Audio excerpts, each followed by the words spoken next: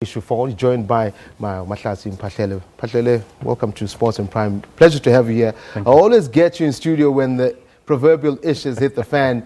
It's the past 48, let me say 72 hours in South African football have been from happy to beating Nigeria in the last match to down in the doldrums. Now FIFA, final nail in the coffin last night. Take us through, first and foremost, the losses to Cape Verde, country of what, 520,000? And then yesterday's FIFA decision. I think firstly, the losses to Cape Verde were not expected. I really had hoped that we'll do well there. Had we got those 6 points, we'll be sitting in a good position of qualifying for the World Cup. Yeah. And now, as you all know, bottom of the log, when Brasheks left, he left us with 4 points, and after the game on Tuesday, we're still on 4 points. Well, actually left us on 1 point. Well, yeah, because of what FIFA has done. But you know, the bigger picture here is that the mission and the vision of qualifying for the World Cup is something which really looks highly unlikely. It's 15 years since we last qualified for a World Cup as South Africa, first and foremost. I mean, that in itself is mind-blowing. 2010, by virtue of host, we qualified. But the reality is, and I've asked this question before, are we as good as we really think we are? Or should we literally sit back, grind it out and say, start afresh? Well, it's a difficult question to answer. If you look at the current team that we have now, in South Africa, we have always said we need to take players overseas. Our players must leave South Africa, go play overseas, under top coaches, under different conditions against the best players in the world. We have a core of the team where players are playing overseas.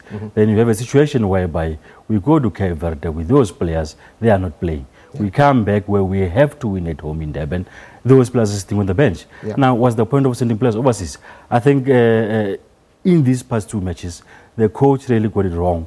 He should have used some of the key players that we have to make sure that we really get at least 4 points from these 2 matches. Now, we're currently showing the pictures that got us into trouble. That penalty against Senegal with the FIFA decision now, having rescinded that victory, having banned Lamptey for life, for match manipulation, basically, that's what it is.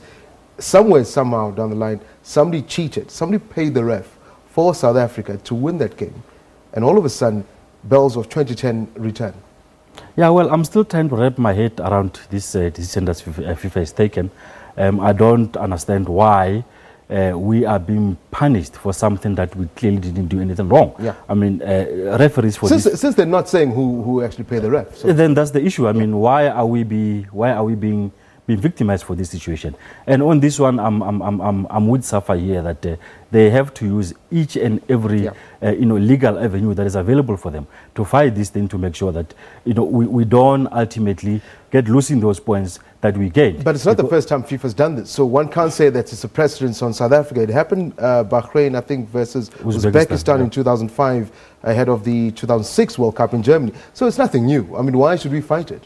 No, I mean, I can come in and say, I'm sure if you remember in the qualifiers for the World Cup in 2010, Thierry Henry, controlled the ball with his arm, and William Gallas scored.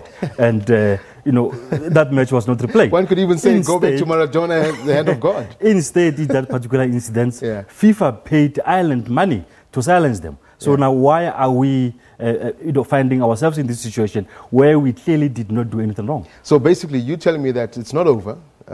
Reality is we can see SAFA possibly win this if they do go full yards and fight it. Yeah, well, I mean, what is happening currently is that FIFA have made this decision, but it has not been rubber stamped. It still needs to go through to the 2018 localizing committee in Russia, where SAFA their standpoint is to say we want to go there and ask those people that let's give our side of the story, so that we really try and fight this, because SAFA clearly saying that they did not do anything wrong and they should not be punished. Overall, I think it's premature to even judge or speak about the coach, speak about the team.